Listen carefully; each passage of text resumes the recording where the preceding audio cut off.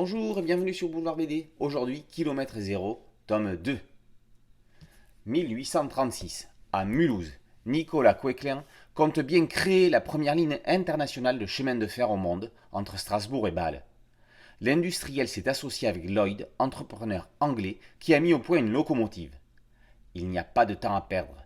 Les locaux fabriqués par Stellern et Hubert de Beachwiller sont en commande chez les frères Pereire pour la compagnie du Paris Saint-Germain. D'ici à ce qu'ils emportent le marché. De son côté, Salomé découvre que son père est le principal actionnaire du journal pour lequel elle travaille.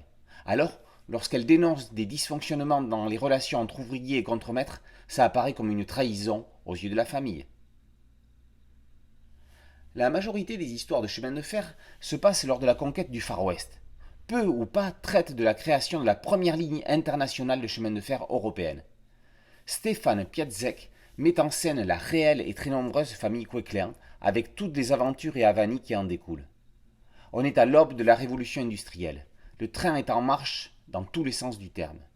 Piatzek s'intéresse tout autant aux riches entrepreneurs qu'aux petits ouvriers dont les difficiles conditions de travail et de vie sont mises en exergue.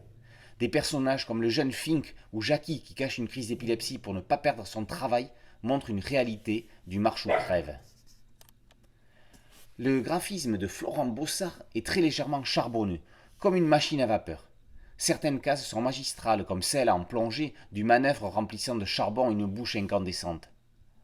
Le coloriste est au service du dessinateur, pour jouer avec les ombres qui apportent du mystère ou du caractère aux différents protagonistes. Le peintre M. Théodore, qui peint une voie ferrée qui n'existe pas encore, apporte sa touche de poésie. En partenariat avec la Cité du train de Mulhouse, on peut découvrir pendant un an différentes planches tirées de la BD et des extraits du cahier pédagogique.